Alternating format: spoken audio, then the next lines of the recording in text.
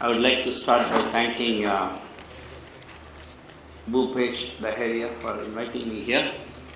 We just came in touch with each other a couple of days ago, and he thought that this talk might be pertinent to data science.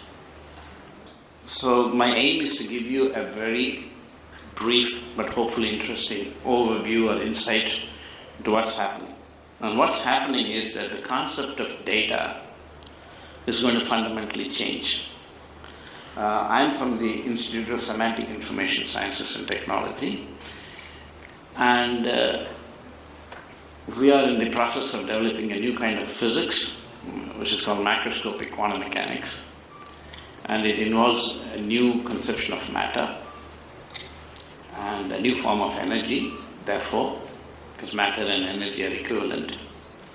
And physics being fundamental, it will influence all fields: chemistry, biology, medicine, computer science, so on and so forth. So today, my idea is to give you a very brief idea into how this could impact big data. I saw a slide here which said that now big data analytics is all about personal experience, making it richer, making it individualized. And you would consider psychology to be connected to experience, but not physics.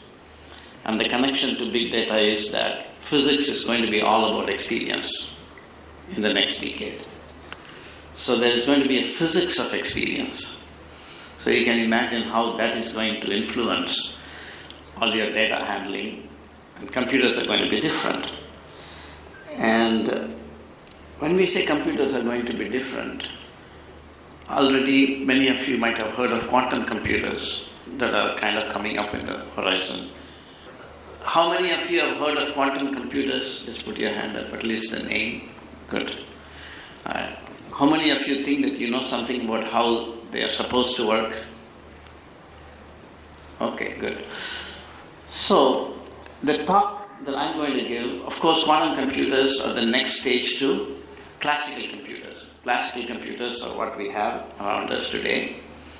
And I'm going to make the suggestion that what is called quantum computers is only quasi-quantum computing. And the true quantum computing, the possibilities for that are there. And the work that I'm doing and the Institute is based on this research could lead to true quantum computers. So the talk really is how true quantum computing, all that should be italicized, will fuel data science, not how true quantum computing, and then it won't make grammatical sense. So the main idea is that there is a 120-year-old problem at the center of quantum mechanics. Quantum mechanics is a field of physics, and nearly 80 million PhDs in mathematics, physics, and chemistry over the past 120 years have tried to solve this problem, and no one has succeeded even in finding what is the problem. That's about all I would say about it, because to discuss that, we'll have to get into.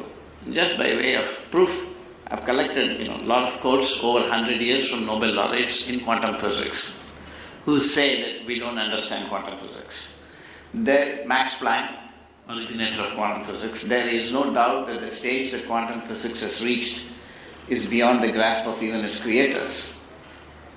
Here is Schrödinger, father of wave mechanics. It is probably justified in requiring a transformation of the image of the real world as it has been constructed in the last 300 years, which is what all our science, data science, is also based on. It seems to now no longer work in physics. One must therefore go back 300 years and reflect how one could have proceeded differently at that time. In other words, when Newton saw the apple falling from the tree and he wanted to predict how it falls, he took a particular route in physics. And at that time there was no possibility for knowing that this is only one of other possible routes, and that the route he took is also fundamentally not sound.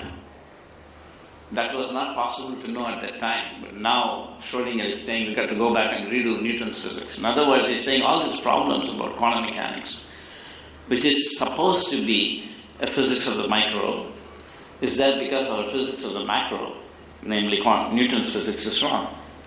This is Max Jammer. The interpretation of the formalism of quantum theory is today, almost half a century after the advent of the theory, still an issue of unprecedented dissension. In fact, it is by far the most controversial problem of current research at the foundations of physics. Here is John Wheeler saying in 2000, why the quantum? After 100 years, we still do not know. Here is collage from Stanford University, 2005. Physicists today are in a similar conundrum with quantum theory as those who were at the 1911 Solvay meeting, which that's the time quantum mechanics began to come out. Now, why are all these people who got Nobel Prize in quantum mechanics saying we don't understand quantum mechanics? And how could they get a Nobel Prize in the theory? How could they even participate in creating the theory? That's a problem. The simple idea is that, and there's actually a quote from Murray Gell-Mann, who invented the idea of quarks, that it's like, you use a cell phone, but you may not know how it works. You drive a car, you're not an automobile engineer. You watch TV, but you may not know how the TV works. Like that, these are quantum mechanics, like auto mechanics. Right? They crack the equations and get the solutions. Well, that means we do that. And we really don't know how the math works. It makes predictions, but we don't know. So Max Born said, another Nobel Prize winner, at present the theory is more intelligent than us. It knows why it works, we don't know. It is like, if I walked out and I could predict the heights of everybody I see to the 10th decimal place. It's right, whatever I say is correct, but how is he doing it? We don't know. So what happened historically, and I can't go into it, is that Planck did a bit of mathematical, jugglery. There was some data called black body data, and the existing physics, you cannot fit that data. So he developed a mathematical equation by trial and error that fitted it. And it turned out in the middle of this equation sat something called the quantum postulate. And till today, you cannot understand how to visualize it. So at our institute, we are moving towards a solution to this problem. In other words, we have identified the problem and we have solved it. Very close. And obviously, if it's true, then it will have all kinds of applications. And I would like to briefly say what kind of implication this would have for big data. That's the goal of the talk. Here is Brian Josephson is also a Nobel laureate in quantum physics. I was very interested in the talk by me because he showed by some nice arguments that the proper way to think of quantum mechanics is in terms of relationships. This is a new way of thinking, which is perhaps how we can get out of the confusions. It may be that this is how we should be doing science. So that is important. Here is Dr. Srikantan, former director of TIFR. Gomatam has proposed a new approach according to which quantum theory ought to use the term statistics or probability to refer only to the occurrence of observable events and altogether renounce the notion of probabilities when talking about quantum ontological states.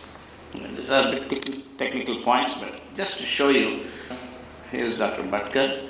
I think he's associated with your data science thing, not perhaps not. He is pioneering the idea of objective semantic information, and that is a new concept of matter we are producing, which definitely seems to have rich potential in science and technology and can place India in a position of leadership in some areas. As he puts it, OSI-based approach is one step ahead of semantic big data processing, for example. In other words, the big data is now the in thing, it's the next big thing, but what we are doing could be the next big thing after that. Okay, we agree with Gomatam. This is a paper, NASA-funded paper. We agree with Gomatam, who argues for a revision of our notion of macroscopic objects. Indeed, the key to progress may lie in a willingness to abandon stalwart concepts of dynamism such as energy, momentum, force. Okay. So all this could be given up in physics. How is this going to happen? Well, we'll see. So this is a little important thing, that the revision of our notion of macroscopic objects, because the idea of a bit begins from states of macroscopic objects. You have a switch, that switch can take two mechanical positions and it carries one bit of information. And you have got transistors, They can take two, physically distinct states, cutoff and saturation, and that is, we call it 1 and 0. We call the switch on or off. It's mechanically two states. So if the macroscopic objects, our conception in everyday thinking and in science will change, our notion of data can change, because data is based on the states of macroscopic objects. Of course, remember, once again, fundamental scientific research, so these kind of concepts, you may not be often thinking, even computer science students may not think much about it. Quantum computing is so big. These are some major investments in quantum computing. So quantum computing began with the slogan that Feynman introduced, there's more room at the bottom, which is about microscopic states. And at the core of quantum mechanics are two concepts, superposition and entanglement for single systems. See? And the technology for all this developed in the 80s, Penning's trap and other kind of things by which we can manipulate single systems. And this led to what is currently called quasi-quantum computing. And we are taking the opposite idea, that there's more room at the top, not at the level of molecules, atomic particles, but at the level of macroscopic objects. And that could lead to true quantum computing, and that talks about the ontology of let's see whether I can just 12 minutes into the talk. I think I would like to take a minute or two to explain this. The wave function is a mathematical entity. Just like if you wrote a function y equal to 3x plus 4 or 3x plus k, it's a mathematical equation. The wave function is similarly a mathematical equation. Okay, it's a mathematical entity, let's say. Now, when you write y equal to 3x plus 4, usually its domain are real numbers. It could be complex numbers, but when we use it in the physical world, domain of real numbers. In this world, we use real numbers. Real numbers are what we think we can measure. Suppose I want to measure the distance of that chair from me. I take a scale and measure it, and it say 9.3 feet. 9.3 is a real number, or at least an approximation to it. Unlike normal real-world equations, which involve real numbers, like you f equal to ma, you solve it, you say at t equal to t1, x equal to x1. So for such and such time, this will move to such and such position. They're all real numbers you can measure. But the wave function has complex numbers. So how would you have a measurement whose result will be a complex number? Nobody knows that. Nobody knows that. And that's the problem we have solved. And like I said, I won't be talking about the actual solution, but let's at least get at the problem. How many of you are following this point? Okay, thank you. So now, what they did when this equation showed up in 1923, the physicist, there was one bright guy, Max Born, said, wow, I can actually convert this real number into, this complex number to a real number. How do you do that? I think most every one of you know that complex number is a plus ib, and if you multiply by its conjugate, a minus ib, you'll get a real number. Okay, no problems. The real number will be anything, 17, 18, 246. Okay. And then Max Born said, I can normalize all of this. What does it mean? It does not matter to me. You can give me a set of numbers. I can make them add to 1. For example, 17, 37, and 96. So how do you make them add to 1? You put 17 plus 37 plus 96 and divide each number by that. And they will all be fractions now, but they will be such that it will add to, the ratio will add to 1. So now you have real numbers which are normalized, and 1 in physics is always a probability of all possible outcomes. If I toss a coin, the possible probability for it to be head or tail is 1. So in quantum mechanics, they said if I send a photon through a two-slit experiment, the probability of it being at the top or bottom slit is 1. Oh, I got a probability interpretation. So this is one explanation of why is it that they're able to use the theory but they don't understand. Because the complex numbers represent single events and nobody knows what it means. So they made it into probabilities, and the probabilities refer to an ensemble of events. So I can know, if you say, for example, the probability is an average. If you say, what is the probability of rain? It's raining tomorrow. Okay, over 2,200 years, you guys are big data analytics, you can find out that's a non-zero probability. It actually refers to large number of data. But if you can actually talk about a simple thing, you don't need probabilities and you don't need large data.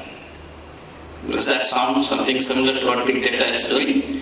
So you can think like, oh, okay, there's a physics where we use probabilities and we deal with large data. We could probably get rid of it if we use complex numbers and we don't use probability interpretation.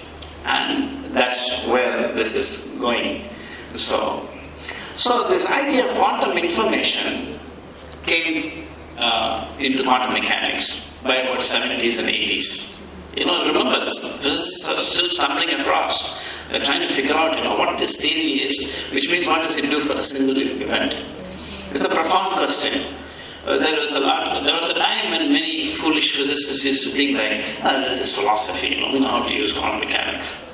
But just don't believe that. This is at the core of physics. Because quantum computing, which uses entanglement, quantum teleportation, all of this came out of something like, say, EPR paradox, which used to be thought as philosophy before.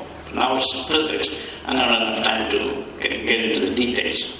So how does information come? Because in big data we are processing information, and in quantum theory, information is going to come in a different way, and it's going to connect to experience. All this, and I'm just giving you only a snapshot of the whole thing. Alright, so in a probability, for example, I toss a coin, the probability is 50-50, it will be head or tails. For a single event, how do I know what happened? I have to go and look at the coin and say, oh, it's head or tail. In other words, any probability theory cannot actually complete its account of a single event without appealing to the experience of the experimenter. His experience is head or tails. Okay. Right? Now, probability can be explained in terms of what's called hidden variables. Right? You actually toss a coin and you may not know what it's going to be, but if you knew everything in the world, the angle at which the coin was pushed on my finger, what is the force with which I flicked it, what is the wind force at the time, were there any solar flares, or what are all the gravitational pull of every celestial object on this coin. If I could calculate all of that, I can in principle say exactly whether it will be head or tails, and I use probabilities because I don't know what's going to happen. This is called epistemic view of probabilities. And so there the information is subjective. And it's meaningful, it's head or tail. So we deal in subjective semantic information. You read newspapers, it's subjective semantic information. Now, we are going to go to the opposites of it, objective semantic information. That's the work we are doing.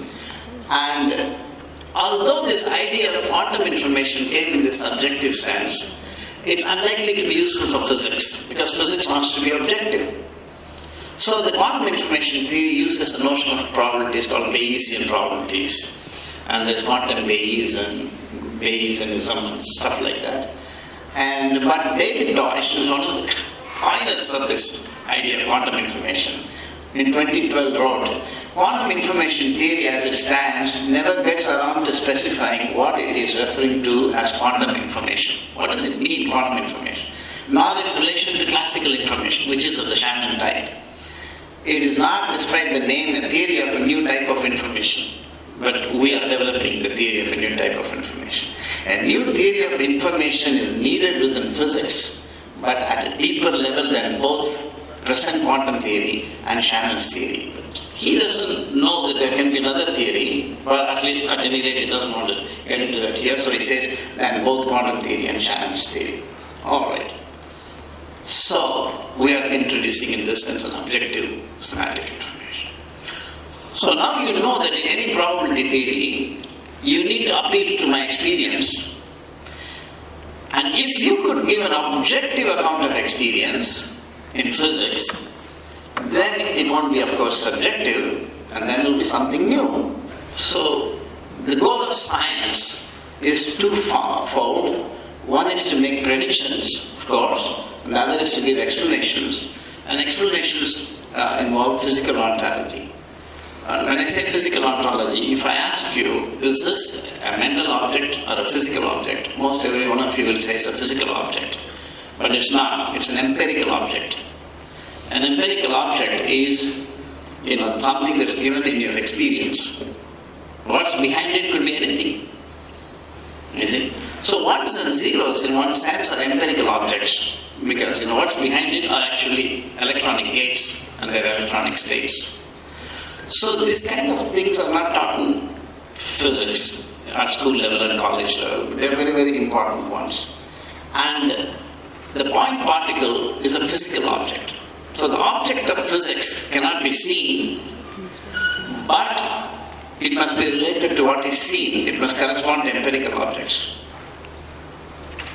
Now, here is classical. I'm going to give you classical computing, quantum computing, and post-quantum computing.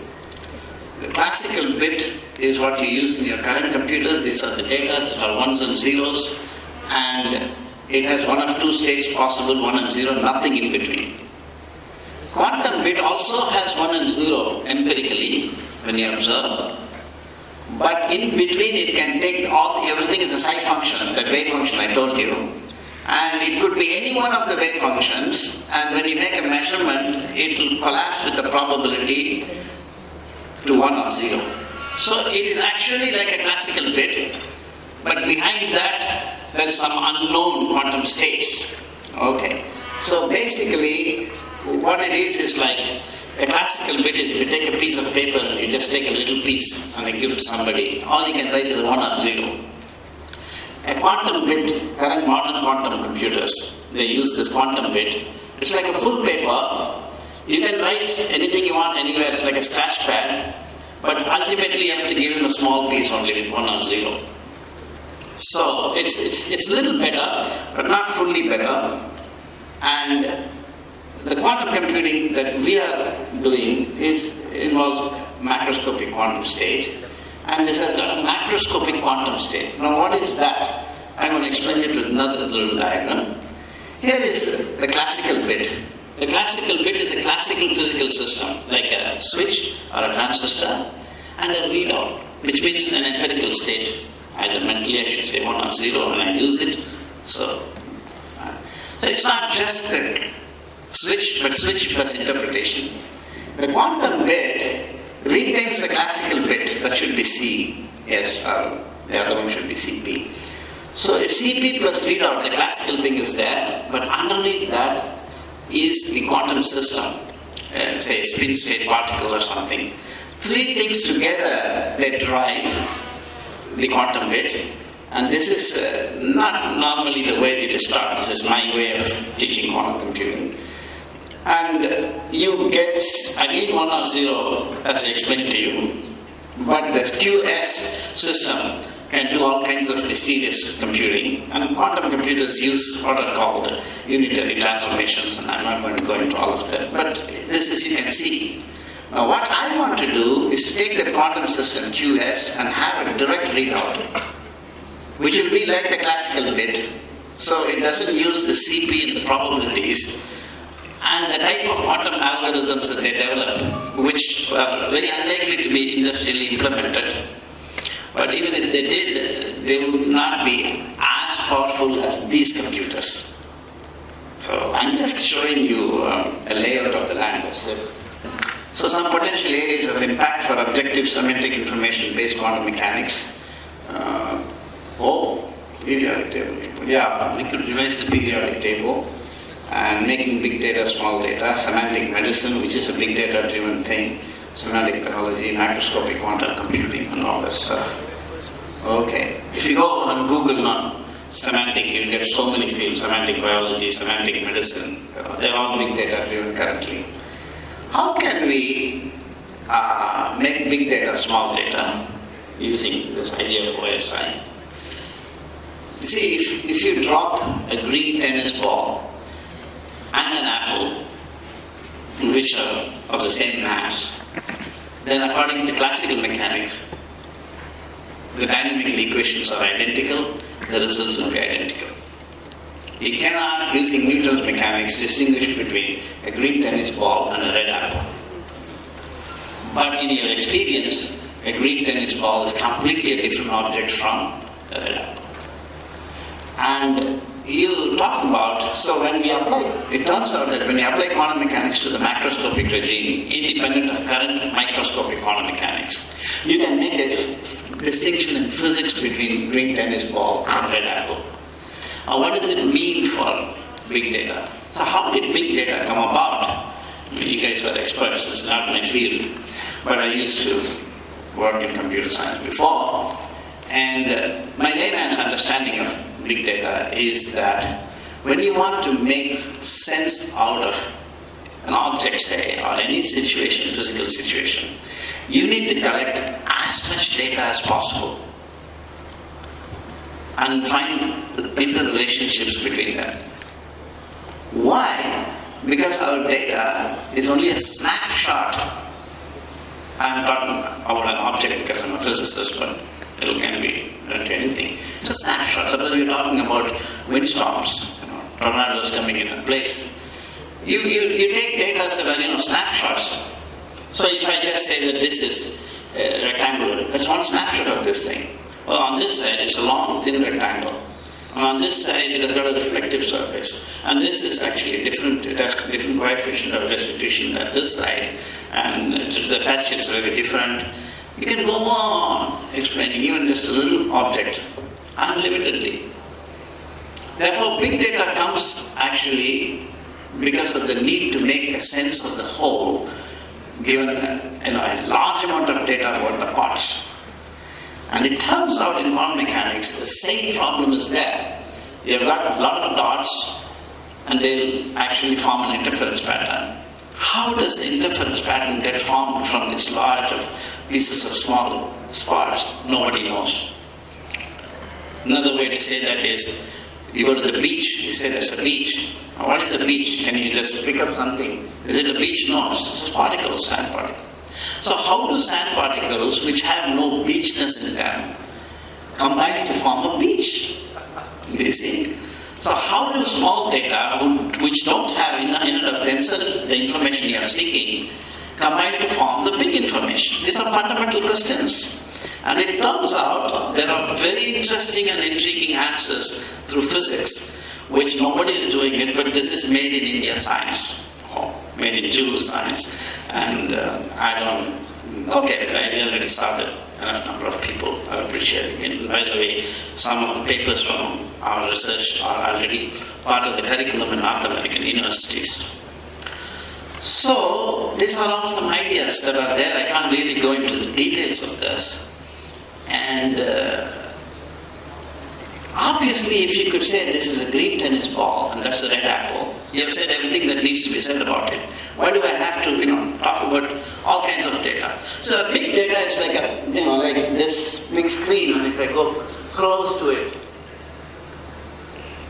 I can't see anything. I got to pull back. Now I see, that's a slide and there's got text in it. So big data is data that's too big even for computers. Data came when it was too big for humans to handle. Big data came when it's too big for computers to handle.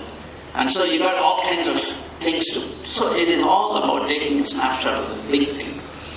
And I'll just give you a last stunner and then we'll go. So today, let's say that I did a Google search and did Jaguar.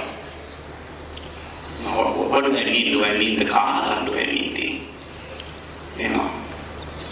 animal? And of course, our Bhupesh is expert on context. I saw that he gave a talk on context.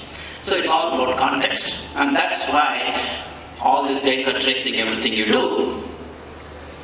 Because if we had been in the last hour or two or previous days looking at nature spots, then I can guess that you're talking about jaguar, the animal, and give you something. Or if you have been looking at car dealers, then I know that you're talking about the Jaguar car and maybe put up a Mercedes Benz. We are better than Jaguar or something. This is intelligent, context-driven, data processing. So context is everything, right? Now, what will you be doing? Objective semantic information. I should have had another slide here from AI. I had deleted the AI part. I'll also say that. Originally, when we were doing work in AI, beginning, I'm talking about 70s and 80s, and probably many of you were not even born. How can computers have intelligence? And this involves building context. And for example, if you had a sentence like, I saw this man, I saw the man on the hill with a telescope. What do you mean by that? It could be anything. I saw the man on the hill with a telescope. He was carrying a telescope. Or there were many hills, and then one hill had a telescope, and he said, I saw the man on that hill. It's a very famous example from the 70s. Right? Now, you could be just walking on the street, and you saw the guy and said, he's the same guy I saw on the hill with the telescope. So right now, while talking, there was neither hill nor a telescope. How do you understand? This involves what is called ostension. It goes beyond context. Right? Ostension means you can point and say, okay, this is what I mean. And you can put all these diagrams and tell the human, this is what, oh, you meant this. Okay. You cannot point and tell a computer that this is a tennis ball, that this is a green, this is an apple.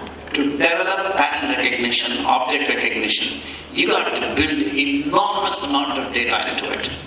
And you should be able to, you have, all of you know in big data, and you want to, some guy is looking at one image and you need to know what is that image, and then you want to put similar things there. You got to do big data analytics. Last point, fasten your seatbelts. So, when we build true quantum computers, now you should know that there are many people who think that quantum computers may never be built, real quantum computers, in spite of all these investments. And even the most optimistic of the people accept that it may take 10, 20 years to make a real quantum computer. And there are technological problems, how to make, quantum bits that do not decohere. And that requires putting them in near absolute zero temperatures. Now, of course, it has come up to minus 72 degrees and stuff like that, but that's another problem. And how quantum error correction, if one qubit decoheres, how can another qubit take over? And how then quantum algorithms, only certain problems that have a solution space that can be handled by current microscopic quantum mechanics can be solved. We have no idea how to make a general purpose quantum computer. So there are so many issues in quantum computing. So I think that it's possible that our kind of computers that we are trying to develop may come even before the current kind of quantum computers. In those computers, how will you store information about a tiger or a chair or any product that you want to sell? You got to store information about that object, right? In these new computers, you can store that object itself. The new computers will have a tiger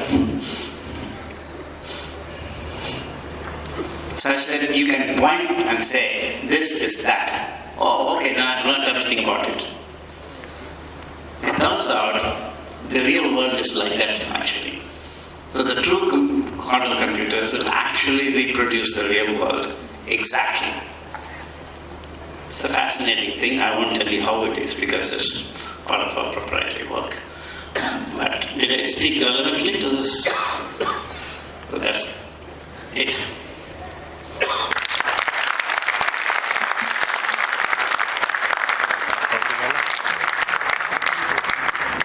questions anybody has? Yes, sir.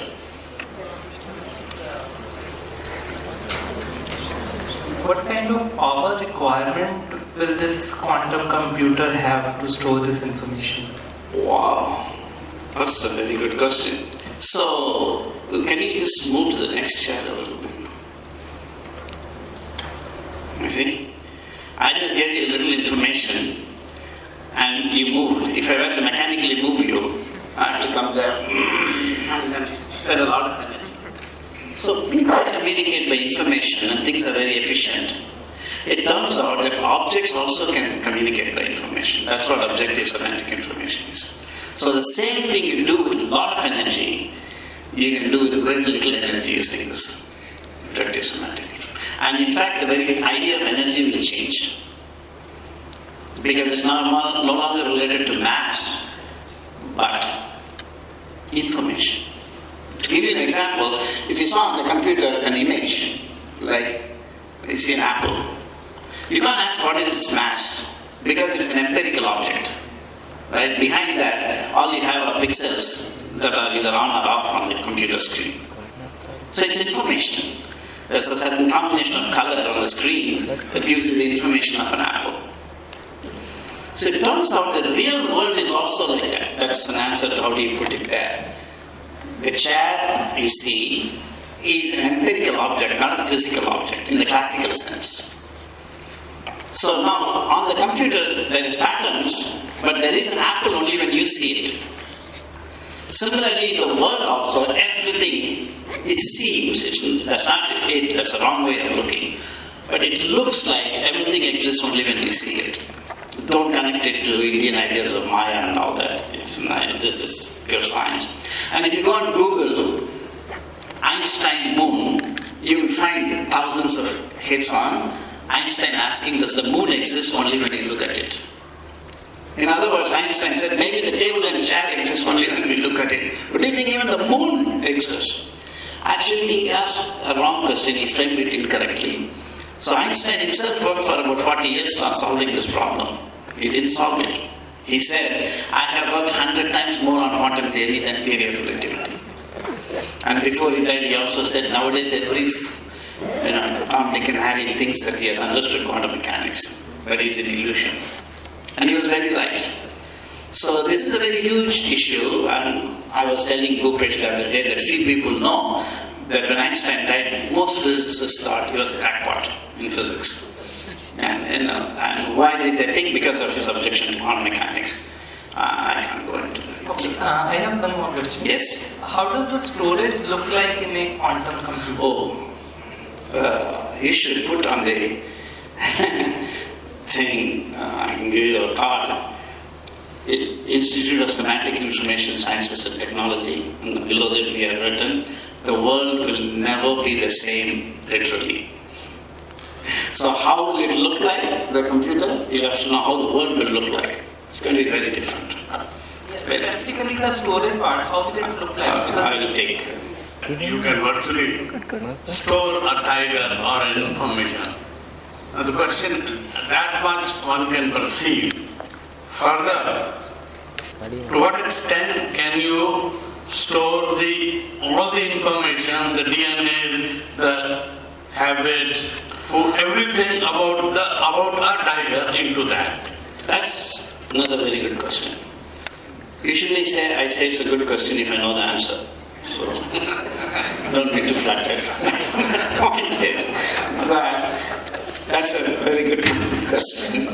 Extremely good question, because it brings me to the main point. There is microscopic quantum mechanics and there is macroscopic quantum mechanics. Right? We think the macroscopic object was made of microscopic objects. Right? Atoms are made of protons, neutrons, and all that. And molecules are made of atoms, and objects are made of clusters of molecules. This view, according to us, is wrong. You can't go from here to there. We know that because if the world is quantum at the micro level, the classical world must be, the big world must be quantum, but so far in physics it's classical. Therefore, it's called the quantum classical dichotomy. How did the quantum world give rise to a classical world? It's called the quantum weirdness. How does it go away? It's an unknown problem in science. Well, we're saying, excuse me, sir, your idea of the classical world is wrong. We know that because from quantum mechanics, that's what the cat paradox is all about. So we're saying that the quantum view of the macro world and the quantum view of the micro world are complementary. They're not connected to each other, just like a coin, head and tails. Or you take a piece of, you can say this is blue color and this amber color. Or you can say this English text. A graphic designer doesn't even look at what's written. He's only talking about the color layout. An editor looks at what is written, he doesn't worry about the color. So you can ask a graphic designer what's written and he could say legitimately, I don't know. It's Chinese, but I can design it. And an editor, you could ask him in what color the text was written. I don't know, I read it. So the two are mutually exclusive, complementary.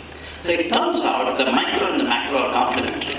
So for every concept that science has so far produced from the micro realm and classical macro realm, we have counterparts. For example, one of the research we are doing is macroscopic genetics.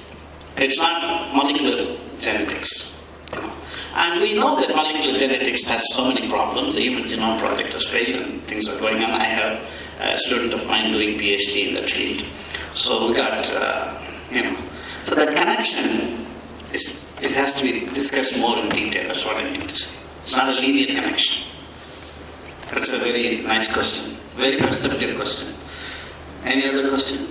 Say two things. May I just take a few minutes and say, this is an important question. I just want to trace it. When Newton developed physics, he already recognized that time is relative. If I'm very tired, some distance will look very long, and if I'm not tired, it looks very short. If somebody is interesting, then the time seems to fly. If the talk is not so interesting like this one, then time seems to go very slow. So he knew that time is subjectively perceived. But to do physics, if you want to different observers, if they have to actually have the same result on the same phenomena, then there must be some objective notion of time that is in the least intersubjectively invariant, if not really objective.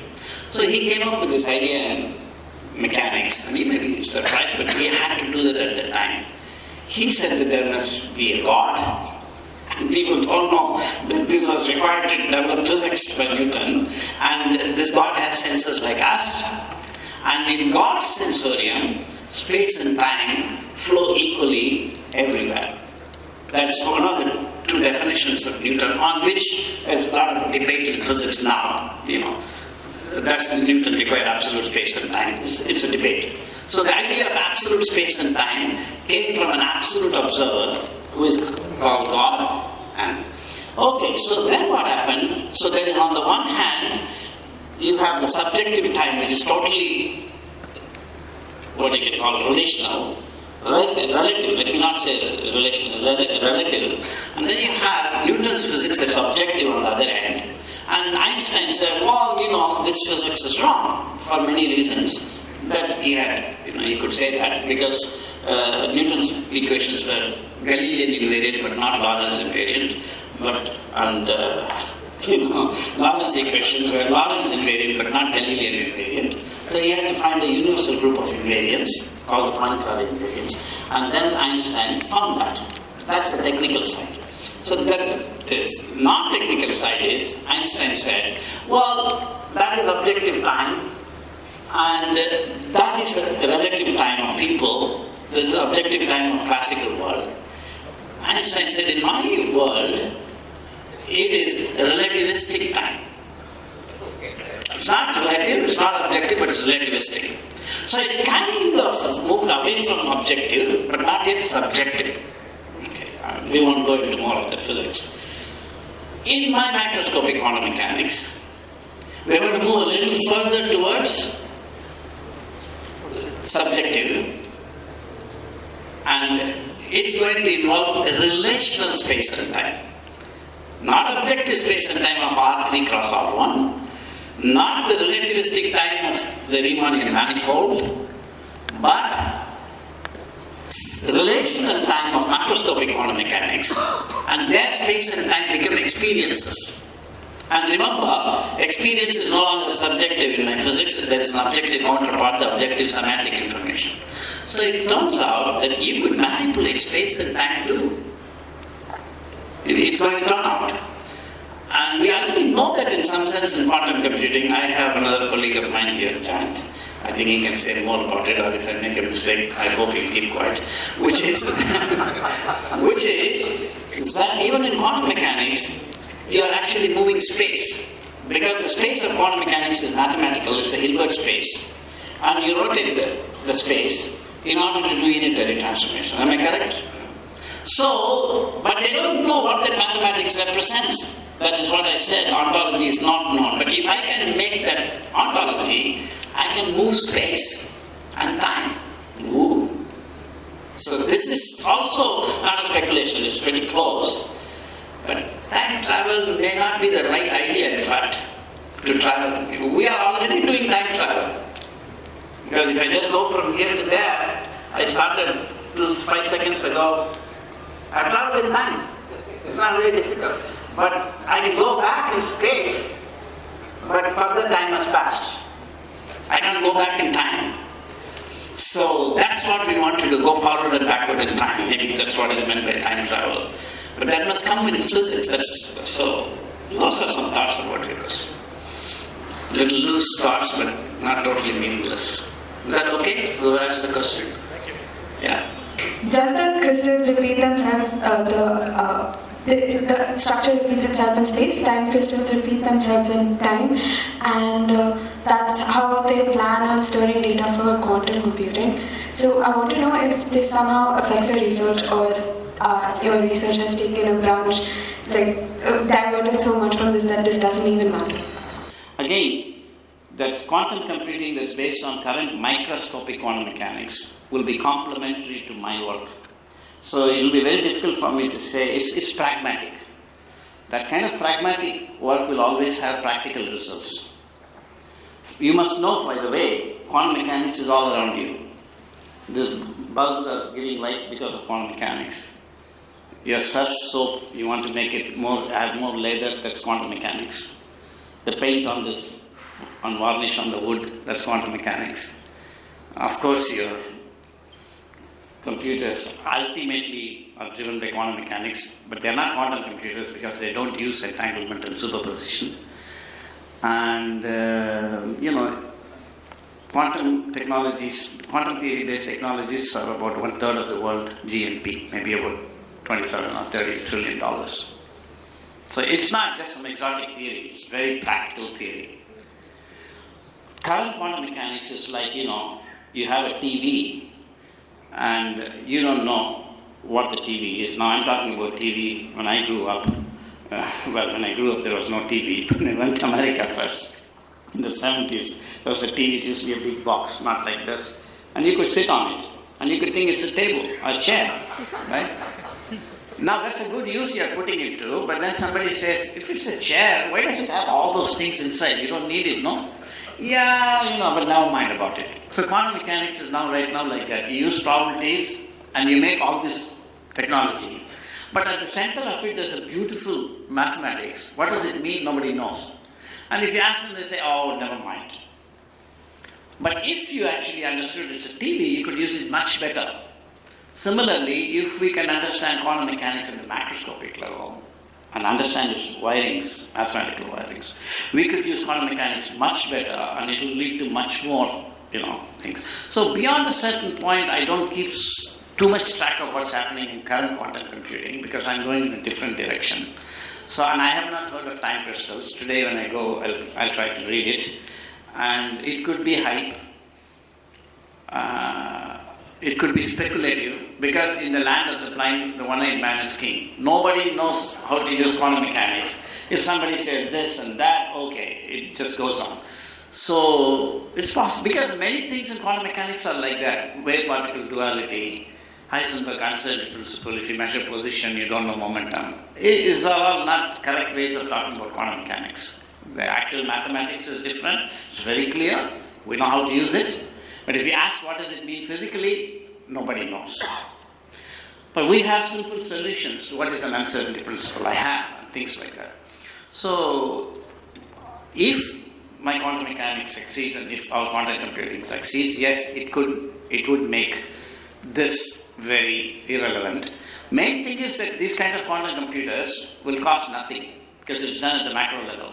Even I don't know how the computers are going to look like because when you do research, you don't know. When Newton developed his theory of relativity, I don't think he would have even imagined, Einstein developed his theory of relativity, that there will be cell phones with maps, use a GPS system to navigate, and that will be based on his theory. It's very difficult. Now Newton would have known that, his simple equation F equal to mx 2 dot, is going to lead to a dreamliner, jumbo jet flying in the sky so nicely, it's like a flying castle. We cannot say. But as you can see, already the scientists are smelling, they're telling us, oh, this work he's doing is interesting, it's good. So I have some idea. Every inventor has the development of a new theory has an idea of where it can be applied. But sometimes it cannot. This in our mind, it's very difficult to explain it. He was asking how would it look like. I have some idea, but to unpack it takes a long time. I was talking to Bhupesh about I think it was Edison, who was a very great inventor. He was a billionaire in his time, and he had American presidents were his friends, so he had asked one American president of the time to come to his lab, and he took 2 wires and he touched them, nothing happened, and then he flipped a switch and touched them, sparks came. Electricity was at that time unknown. The president said, oh, what's the use of this? Okay, it looks like a nice thing, putting sparks. And Edison was so clever, he told him, you can tax people with this. He said, oh, really? Then it's very important. He said. Okay. So I must have that kind of a one-line punch, an elevator pitch for the use of these notions. But okay. Shall we start? Thank you.